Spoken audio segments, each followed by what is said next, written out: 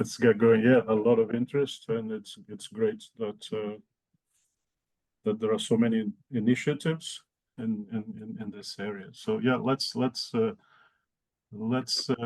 give this a proper start. Welcome to the Neurosymbolic AI Journal webinar series organized by iOS Press. My name is Artur Garcez, and I'm one of the editor-in-chief for the journal with Pascal Hitzler and Tarek Pessoud. The journal was launched last year. It's going very strong.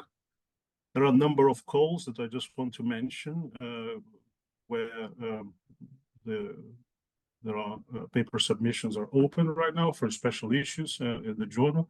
So I'll just list these special issue on knowledge graphs and neurosymbolic AI, special issue on trustworthy neurosymbolic AI, special issue on neurosymbolic AI and domain-specific conceptual modeling, special issue on neurosymbolic AI for cyber-physical systems, and special issue on common sense reasoning.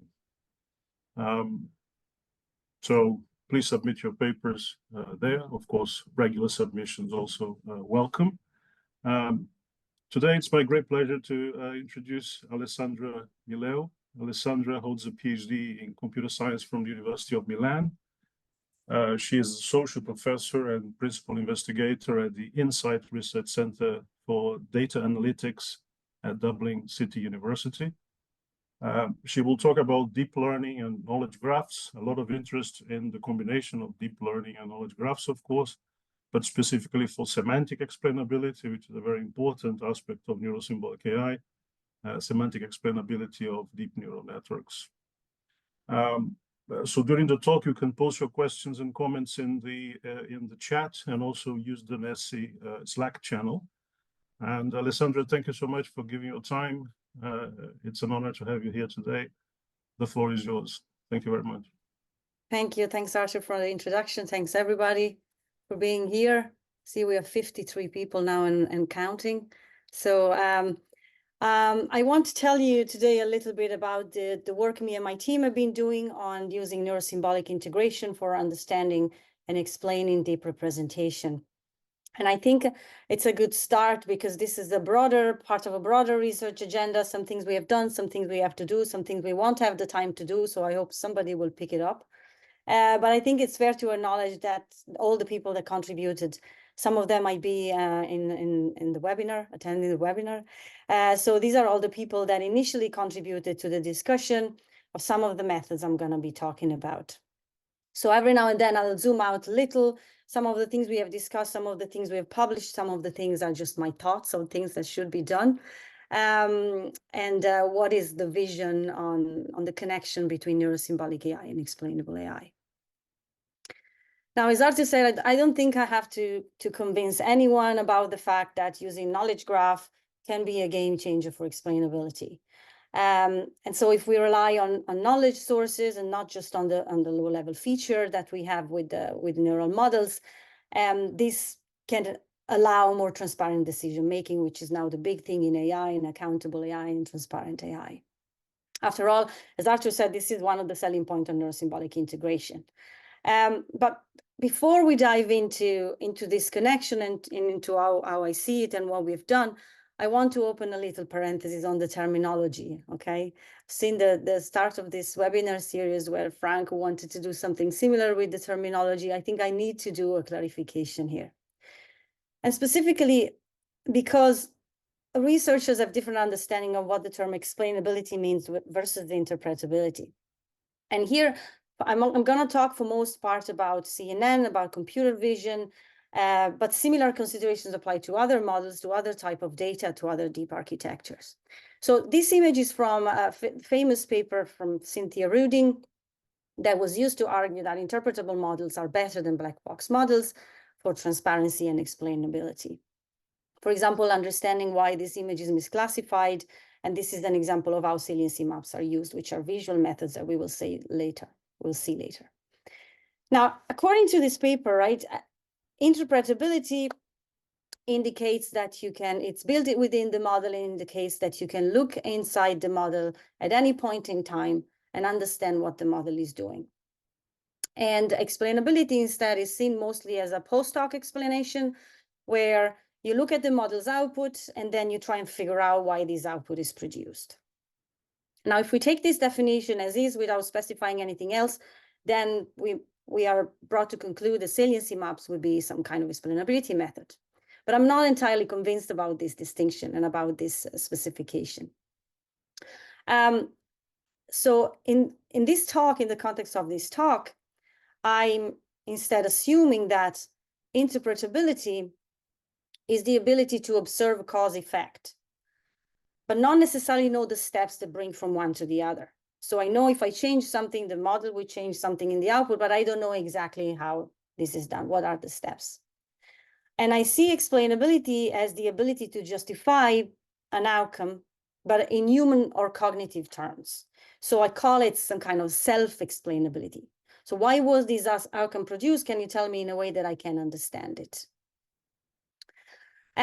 So if you go back to this picture for a moment, and you look at the last image, we'll say this is an evidence provided by this visual method for explainability for this animal or this ASCII being classified as a transversal flute. Then the approach is asking you as a human looking at this to interpret what you see. So to say, why do you think this result was produced? So was it the shape of the paw? Was it the position of the paw? What was it, right? It highlights a part, but you are supposed to interpret it. So that means that the cognitive aspect of finding the reason is up to the individual that is looking at the result. And so for this reason, I'm going to talk about interpretability of CNN when I talk about visual methods and not explainability. And several visual methods have popped up over the years. Some of them are quite specific and quite accurate. One very common one is class activation maps, which is part of this big class of methods, which I refer to as visual cues. So you visually see something that gives you an indication of how to interpret these results. So with class activation maps, you have a part of the image which contributes to the classification, and this is highlighted. But there are other methods, for example, that have come up over the years. So this is an example of a case-based approaches. It's taken from this recent paper at EJCI, where it's case-based reasoning, but it's visual case-based reasoning. So what happens is that you get another image that has been classified similarly or with the same mistake. And recently, this approach has also been enhanced to highlight the feature or a saliency area that contributed to that particular classification. So is this type of approach making CNN explainable and not just interpretable? Well, my answer is not really, or not if it's used on its own. And the reason is because, as I've said before, we need to interpret the results. So it needs to be interpreted by humans. So it's not self-explainable in the notion of explainability that I assumed before. And also because it can be interpreted or has to be interpreted, then it can be biased or it can be misleading. So it's up to the human and his knowledge and his background to interpret it. And it's not self-explainable. So it doesn't give me evidence to answer the question, what is the process? What is the cognitive process, or that the chain of reasoning for which this outcome was produced? Now, other advances have been proposed in this area where you say, okay, visual cues are not enough. We need something that is more understandable by humans. Then we need concepts. And one way of associating low-level feature with concepts is to use this approach called concept activation vectors, or CAV. These have popped up in recent years, and it basically goes from the features to how sensitive is the model to the human concepts for a particular classification. So you take a set of concepts, the model learned them separately, initially using a linear classifier, and then it tells you, for example, in this example of the zebra, how much zebra-ness is given by the concept of stripes, which has been learned by a different data sets and a different method. Now, it kind of adds some sort of self-explainability there, or self-understanding of the concept, but the problem here is that the concepts are layer dependent, so there can be inconsistencies from concepts detected for a particular layer versus another. And also there's no notion of disentanglement, which is something I'll come back later. It's important to disentangle the concepts from the low-level features or the neurons that are firing for those concepts. Another thing which is more related to the reasoning aspects of it is that there's no way of knowing how these concepts or this sensitivity depends on other properties. For example, the position of a concept in an image in case of computer vision. So spatial properties are not considered. So they kind of get closer to human understanding, but they are limited in that they don't say much about the model behavior. And so the difficulty in explaining deep neural network, deep representation for modern deep learning approaches is that the features are complex. It's hard to understand the role of neurons and disentangle them. And it's also the neuron connections across architectures are very complex. And so this type of knowledge, so the connection and the relations, that can be captured from knowledge graph, right? So, and is kind of provided in a human accessible form. So how can we combine the two, the idea of the low-level representation, the feature space and the concepts in a way that can express all these more complex relationships, where we got inspired by the field of neuroscience. And in network neuroscience, which is a subfield of neuroscience, they apply this graph analysis to study the brain. The interesting thing is that when they do this, they don't see, or they're not interested in the physical structure of the brain, but they only look at the correlation between the different neurons. So they only represent the behavior somehow of these neurons. And then they get a graph, and then they do analysis on this graph. This is a functional graph, is not a knowledge graph, but the principle is kind of similar. So inspired by that, we said, okay, what if we have a trained representation? We can get a graph that represents that behavior. We can extend it so that it has some semantics, so it's a knowledge graph. And in this graph, the nodes are the neurons, and the neurons are the neurons in any layer of the model. So all of the neurons, not just the input layer or the output layer. And the relationships are a statistical correlation between their activation values. So how do they behave when they are together? And the graph is a perfect way of representing that. And once we have this graph, well, we can do some graph analysis and do some interesting things, as we will see later. So we call this the coactivation graph. We published this a couple of years ago. And in brief, the way we generate it, so you have a trained model, you pass some test data into this trained model, you collect all the activation of the neurons, and for each neuron, you have a vector of activation, and then you put it in a matrix, you Spearman coefficient for correlation, and then you create this coactivation graph. This is a very dense graph, so we apply a threshold. We've done some work on how to select this threshold, and then we get a manageable graph, and on this graph, we do graph analysis. But let's see with an example what this can do, okay? And we start with a very simple example. So because we're talking about knowledge graph, we need to fix the domain. So what are we talking about here? Well, let's take the MNIST fashion classification. So we have the data set is MNIST fashion. There is a CNN model, I believe, and this first experiment was MobileNet v2, but doesn't make much difference. And then we get this graph. We create this coactivation graph, and it looks like this. So it's very messy. There's lots of blue nodes. We don't know what they are. There's no semantics attached to them. But there are a few nodes which are the output classes. So there is the structure, first of all, which is what we leverage. And then there are a few nodes which are the output classes. These have labels, so we know what they are. And remember, the links represent how likely two neurons that are connected are likely to activate together statistically. And then from this graph, we did some community analysis. This is the first graph analysis techniques that we applied. And we found something interesting. So these are two examples of community detection on the coactivation graph for two data sets, which are relatively easy to look at because there are only a few output classes, which are the MNIST fashion and the CFAR10. And you can see, intuitively that within a community, there are classes that kind of are similar or look the same. So we did some analysis, and we found that there is a strong correlation between the overlap of these classes in the coactivation graph and the number of mistakes that the model makes. So this graph somehow represents the behavior of the model. The model thinks that those two classes are close, and therefore the number of mistakes are higher. There is a positive Jacquard coefficient on the correlation between these.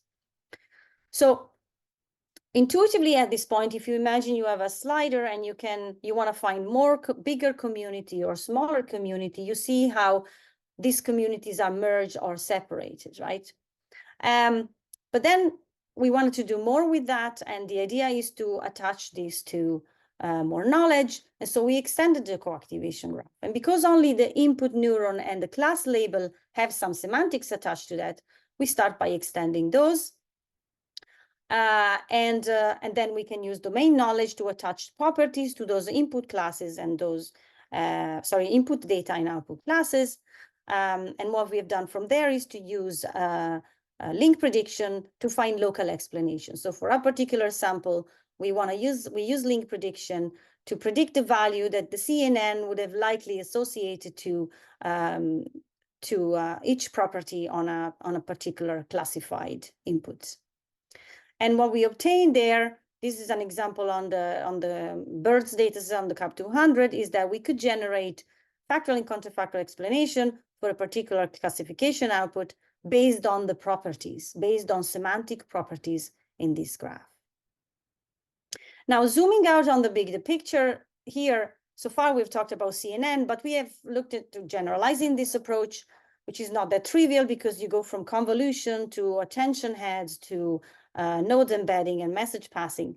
But we've done that, and once we've done that, we found interesting avenues for investigation. And one of those is that if you take two different models, say a CNN and a transformer, you train them on the same data set for the same task, and then you do this coactivation graph extraction and graph analysis under the same conditions, same parameter, same data, you see that the communities are slightly different.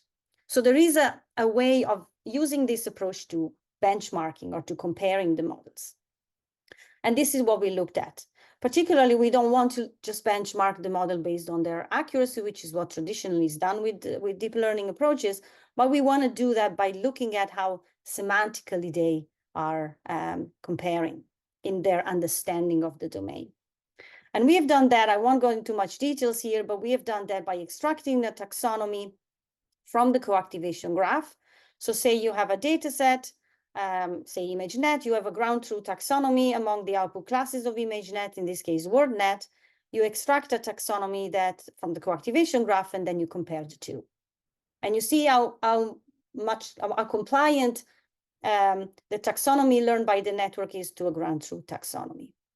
And then we found things like, for example, some mistakes are more acceptable than others. So how do we quantify that? How do we quantify the number of mistakes that there are locally? And this is all work in progress and an avenue for investigation. Now, the last bit is related to another strong point for neurosymbolic integration, which is the ability to combine learning from data and cognitive reasoning in a way where we can generate human-centered explanation exploiting this graph. And in fact, so we have done extract the information as a graph, but we could extract information or knowledge from a trained model in other ways. So people have tried to extract rules, even though in very, very simple forms. But we can extract rules, we can extract knowledge graphs, and then we know how to reconcile them when we can use knowledge to create in this vision a logical layer, so a logical semantic layer that reconcile all this representation. And then we can decide which part of this reconciled layer, sound and correct, we want to re-inject in a network to kind of steer the training. And this creates a cycle which I refer to the neurosymbolic extraction injection cycle. Now, the problem is that there's more to that, because we can use this representation, this logical layer that we've created, also to generate explanations. And this creates another cycle. So we have two cycles that are interlinked. One cycle is the extract inject knowledge cycle, And the other one is generate an explanation validated with a human expert and then updated that reconciled representation so that when you inject something, before you inject it back into the network, has gone through the explanation feedback control cycle. So there's many challenges to do this. So that's the general ideas, and it opens a lot of opportunities and gaps to fill and challenges. And specifically, one challenge is on the quality of the data and the quality of the knowledge. So we need more metrics. We need qualitative and quantitative metrics for validating that reconciled representation. So this is just an alternative lens to the deep model, which is enriched by external knowledge, by reconciling multiple intermediate representation. But how do we assess it? Another is something that has been touched upon also from the first webinar is what logic do we use? What semantics do we use? And an interesting direction on how to choose is based on the complexity of the reasoning that you require from the domain to generate that representation, or from the data for the complexity. Then from success of these techniques to adoption is not easy. There are fields like the one we are involved in, which is diagnostic imaging, where clinical adoption is another thing. So how do we get stakeholders engaged? We need to do that from the very beginning of the process. And the last bit is, another point is the benchmarking. So benchmarking is still an open challenge in explainable AI per se. It is an open challenge in neurosymbolic AI. And so when you bring neurosymbolic AI for explainable AI, you get double challenge. So the benchmarking is still a big problem. The other thing is the human-centered aspect. Because we have to involve a human, because the human needs to be at the center of it all when we talk about explainability, that also means that you add bias to this whole process. So we don't have any more crisp quantitative metrics, but we have metrics that potentially can be biased or human biased, and you need to take this into account when designing these methods. So this shows there is still a lot to be done, which I hope will spark some lines of investigation and interesting consideration. And I leave you with this final points. Thank you very much all for the attention. Thank you. Thank you so much, Alessandra. What we can do now is, if anyone would like to raise their virtual hand, then we can. Yes, indeed. Thank you. And I'll call you out. So I assume you can unmute and then ask your question, and then we can take it from there. Yeah, but also if you want, you can put any comments in the chat. So maybe we can start. I think Sebastian has a question, or was he just copying? Both. So thanks, Alessandra. This was a really good, nice overview. But I'd like to hear the answers of those questions, in particular the second on this slide. So what logic would you propose? What is your favorite to explain neural decision making? Well, for those of you who know my background, so I've been working a lot on non-monotonic reasoning and more complex ways of doing the deductive inference. We are looking into, for example, extracting rules, which are using inductive rule learning. But I have to say there are challenges to that. So that's the reason why I said, well, logic to use should be steered by some practical considerations. And these practical considerations to me are, first of all, what complexity do I need? Do I need all this complexity? Because then you have the grounding problem, and depending how complex, and sometimes, and that's why we started with knowledge graph. Sometimes you only need very, very few axioms. You only need very, very little complexity to add a lot to the potential for explainability. But sometimes you don't. And so I don't have an answer to that. That's my answer. But there are options. So we are looking into different options. The other practical consideration should be probably the availability of engines that can scale. How easy it is to combine these engines with the old machinery of the cycle. Yeah, I think the biggest problem is if you want to present it to a human, and you present 1,000 rules, it doesn't make sense. So, and this is the problem we always face if you just go for propositional logic, or even if you go to first order logic, it's still too many rules, and they don't add explanation. They just add a different Confusion. layer of abstraction. Yeah. Yes. So, but you don't have any results yet on like real non-monotonic logics, which are, I think, for a certain point of view, better suited for humans to understand, because we think in a similar way.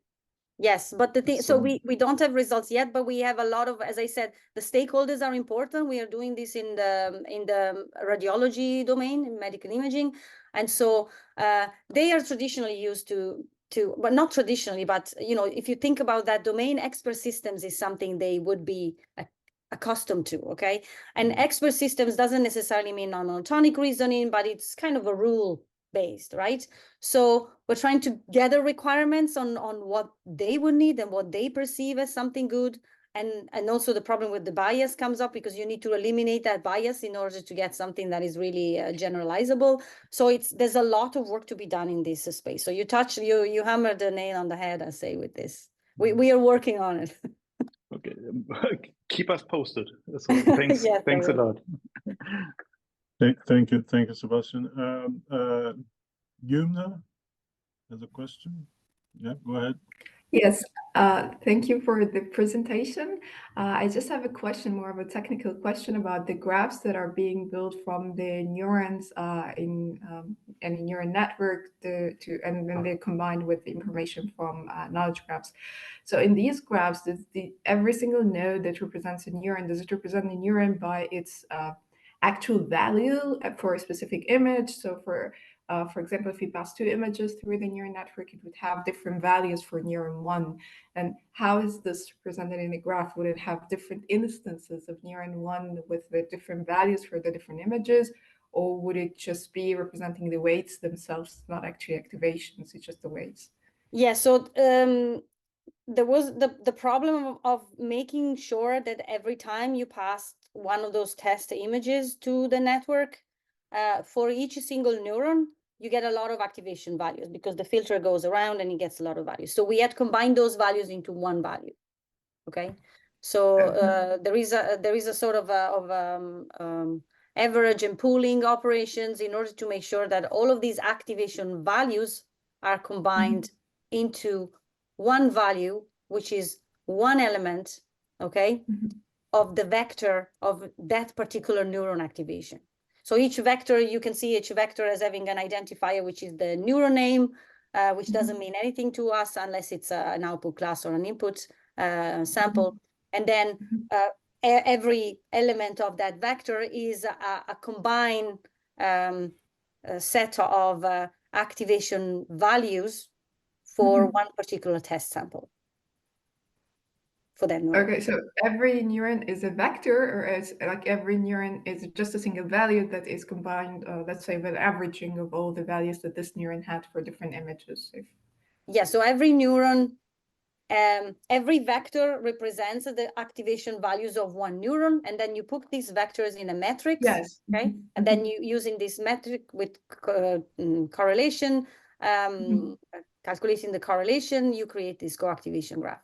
And in the graph, each node is a neuron with an identifier. And if 2 neurons, according to that matrix, correlates together strongly, they have an edge between them, which has a very high weight. Thank you. If I can follow up on that, I think the question prompted this question as to whether the explanation is local or global, which is this other distinction that is also discussed frequently. So the graph is built for each image or for the data set as a whole?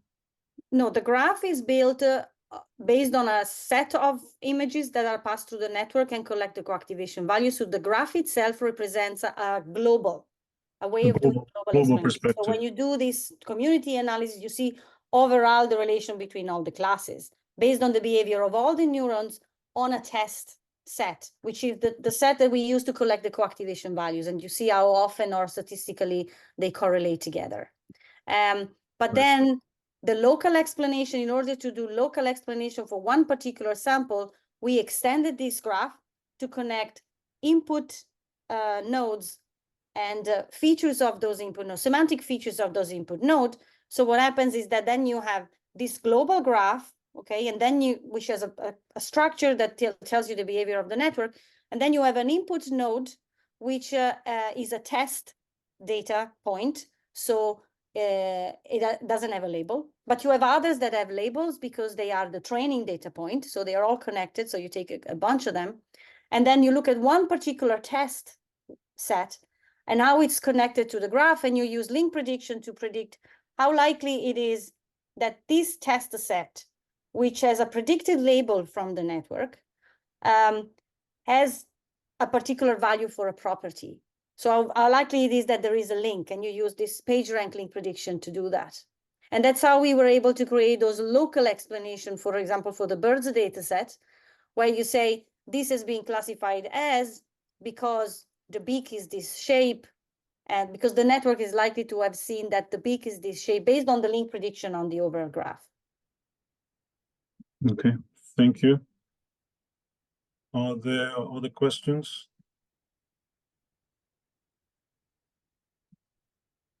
I have, but I'm trying to give. Oh, hi, Martin. Martin has a question. Yeah, thank you. Hi, Alessandra. Thanks for your talk. There's a topic we've maybe discussed before, but I'm interested in hearing your view in the context of the present talk. We know that models don't always train perfectly, and the real world itself is complex and fuzzy. So even before we start explaining, there's a difference between, you know, uncertainty from the world and uncertainty from maybe imperfect model training.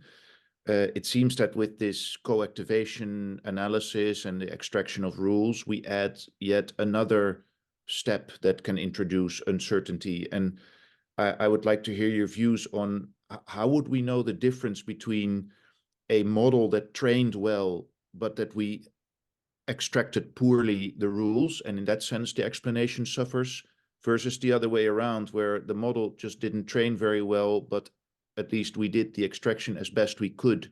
How would we know the difference between these two situations, and how does that impact on future work? Yeah, so that's an interesting point, that actually in the scenario that I presented as yet another level of uncertainty, which is the quality of the knowledge that we use to reconcile different representation. So, yeah, we don't know. The answer, so the short answer is we don't know yet. We have quantify, we can try to quantify. Okay, so we have the only metric that we have for the model is the accuracy, and we have tried to quantify how well this graph represents the behavior of the network, looking, for example, at this correlation between errors and closeness, let's say, of the communities.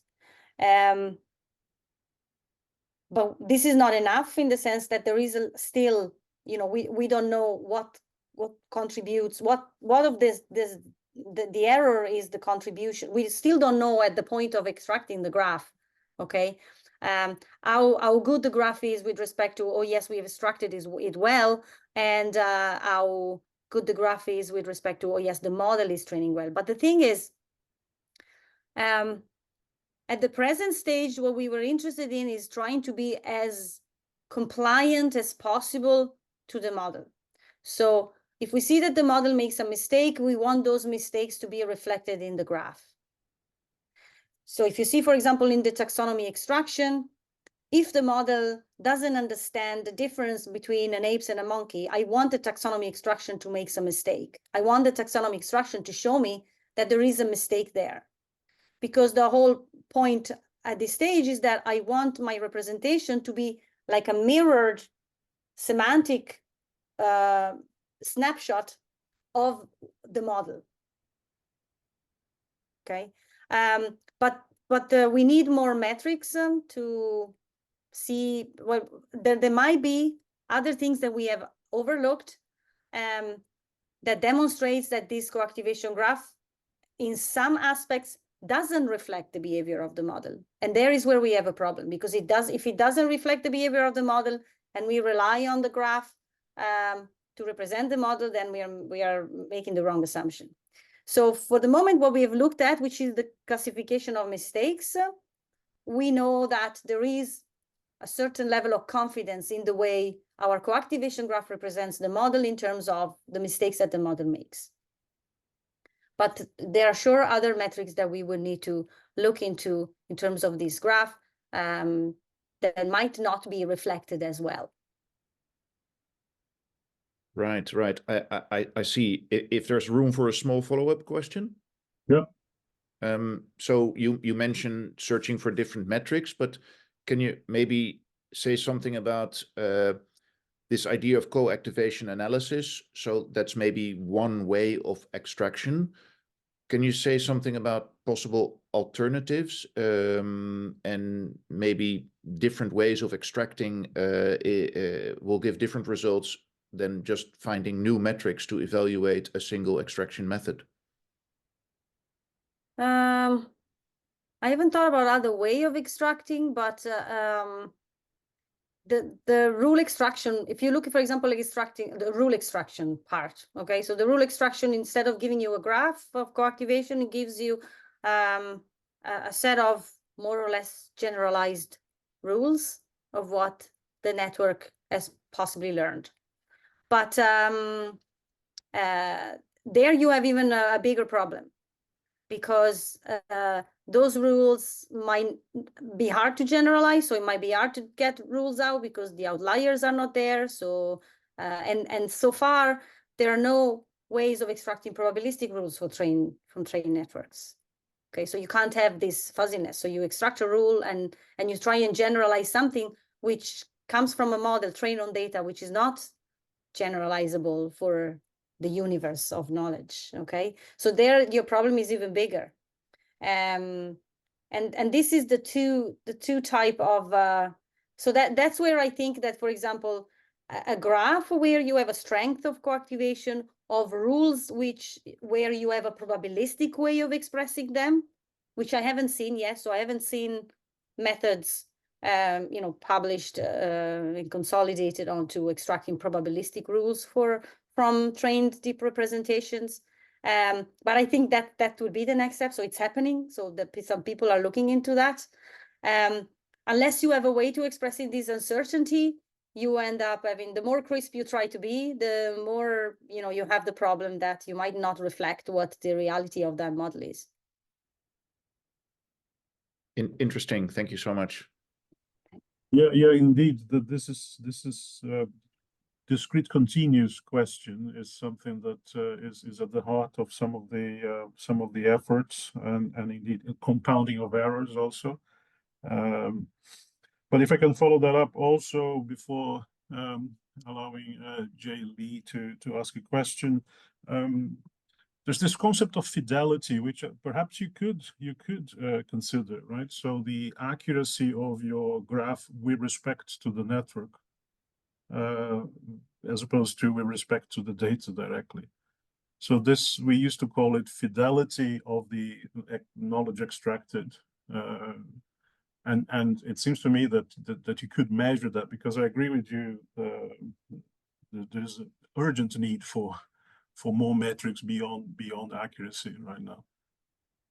Yeah, so what would the fidelity look at? Fidelity with respect to the low level, to the latent space representation, or directly with respect to, let's say, if it's a CNN that you're extracting from, so comparing accuracy not with the ground truth, but with the answer that the CNN is providing.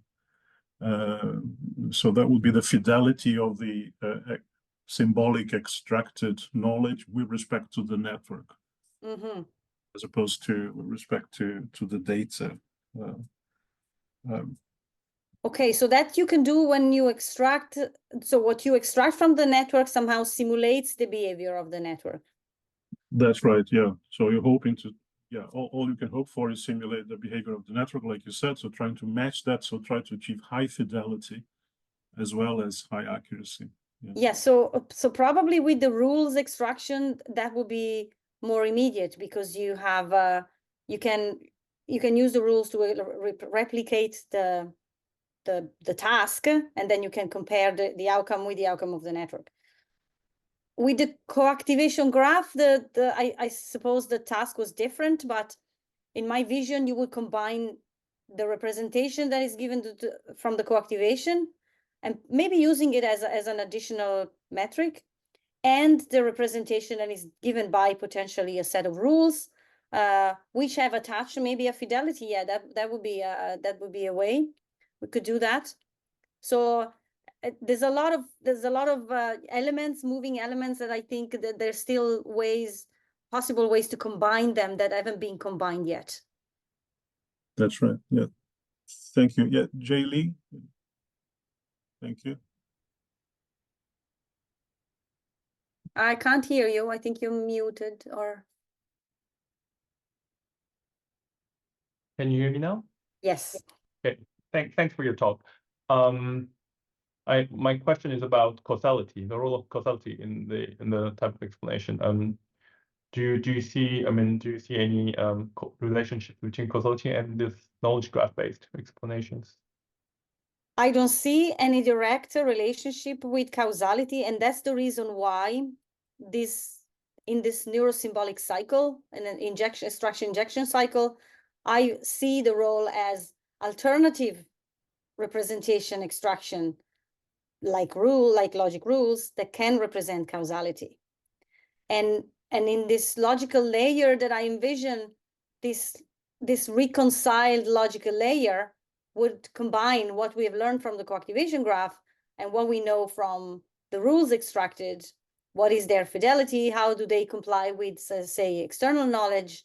And they would be, so that would be the one that can express causality. So you need both elements, because otherwise, looking at the knowledge graph only, so that's where what logic and what semantics do we use? Looking at a knowledge graph, it doesn't give you really the reasoning power or this deductive reasoning ability that you would have instead if you get rules.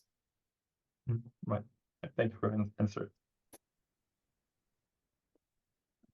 I think this was a very nice and interesting question. But are you familiar with the concept of Granger causality? Sorry, say it again.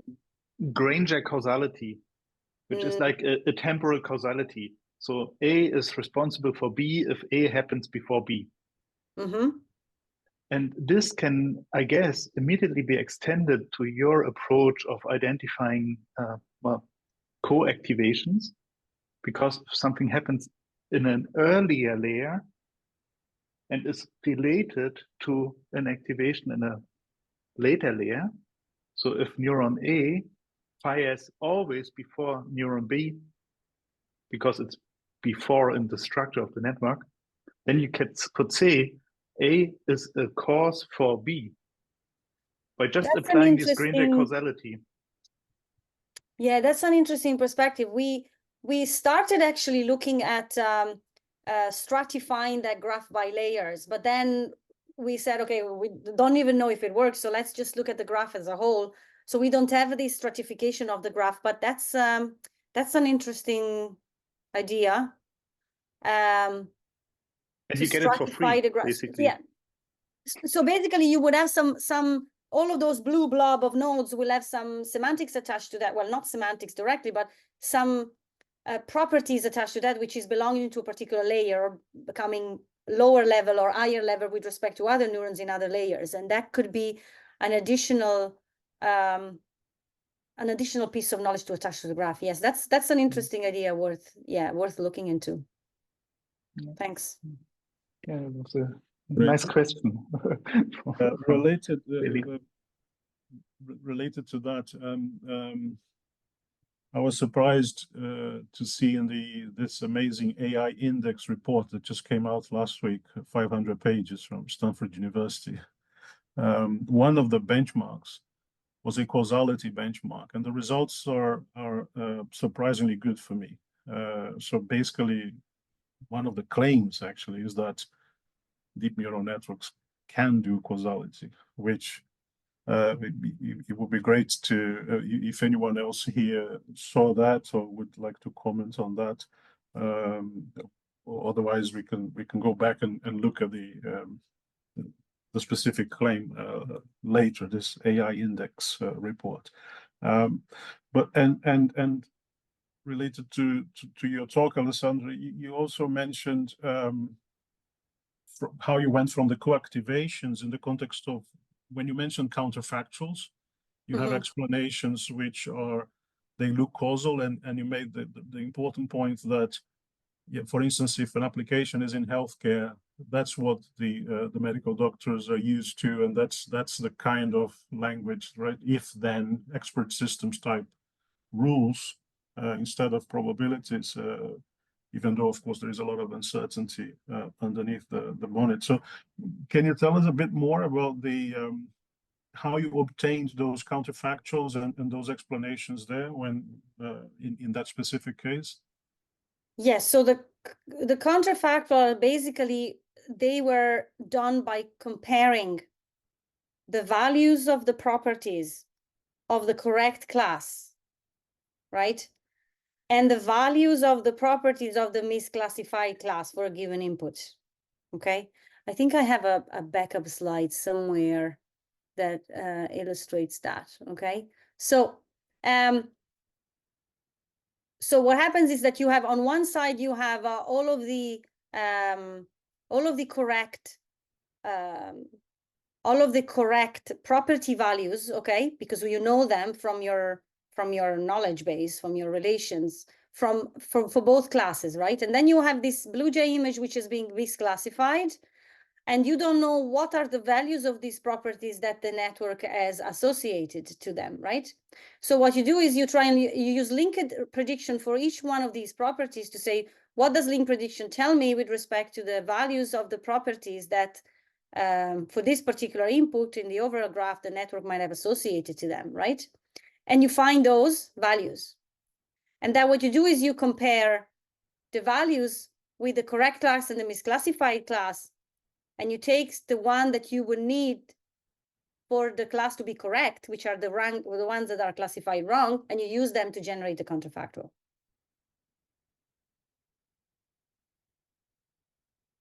Okay. So in this case there, you can see that the mistakes is likely caused by the fact that the primary color was blue, okay? And the blue belongs to the BlueJ. And the underpart colors was white, and the white belongs to the BlueJ. And so that's what you use for the generation of the counterfactual. So if I had these two differently, then I would have gotten the right class. It's a kind of a hack in a way, if you want to see it, because you know, you do a comparison, and then you have a way of generating some text which is fixed, and you just replace the value of the properties. But we just wanted to show that we could find these in terms of properties. We could generate both counterfactuals and factual by comparing these, you know, misclassified and correct, because we have the features or the value of the semantic properties for both classes. Exactly, yeah. So I think that's related to how we may want to be able to describe causal relationships, and also I'm just going through my notes here as you were giving your talk. I just want to highlight a few of the points that I think were very important that you mentioned, as well as metrics and applications, which I think are and benchmarks, which already the questions touched on already.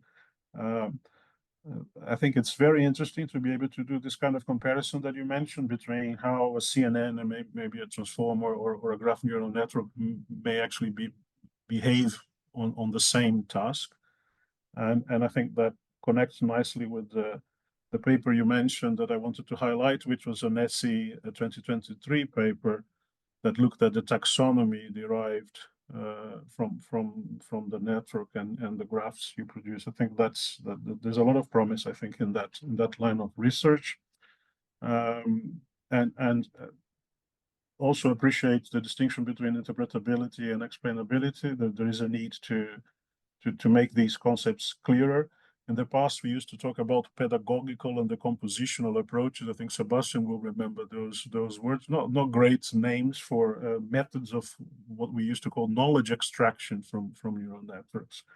And indeed, when you do knowledge extraction, you hope to you use the term chain of reasoning, Alessandra, which I think is key, right? Chain of reasoning as something for us to be able to hope to achieve once we extract some knowledge or some explanations from these models. So again, going back to the idea of having 1,000 rules, well, 1,000 rules are not going to help much, but if you have these rules, you can ask queries and then you get a chain of reasoning as well as an answer.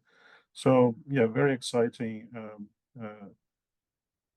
area of research, a lot going on, and very important thing for us to have this kind of overview and perspective on what is going on, what's happening. There are so many surveys now coming out in this area that it's difficult for people to even join the field at this point. So. But I think you just raised a very important question, namely the terminology in which we speak about our problems. Because you just mentioned the old-fashioned words, which I still kind of like. But what you presented today, Alessandra, was like what the medical guys call functional connectivity in the brain analysis, which is also studied there for years. So they also do the distinction between functional and structural connectivity. And you studied functional connectivity. And in previous years, the decompositional approaches were all structural connectivity approaches. And with our standard notation, we couldn't even distinguish between the two because we don't have dedicated words as of now. So we need to clear our own terminology. That's true. That's true. Yeah. Thank you. Thanks, Sebastian. Yeah.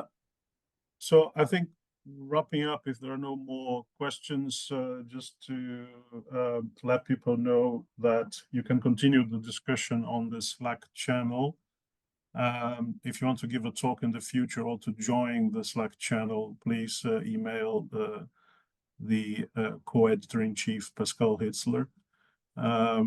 I think we are close to 1,000 people in the channel, and mostly due to his efforts there, community building. So thanks to Pascal for that also. And looking forward to the next webinar in the series, mostly at this point given by members of the editorial board. And we'll be in touch with more details, and just to thank again Alessandra for a great talk, and for giving your time to the journal. And I think that's all from us. Thanks for having me. Thanks for the fruitful discussion. There's lots to be done still, so let's get at it. Lots of ideas.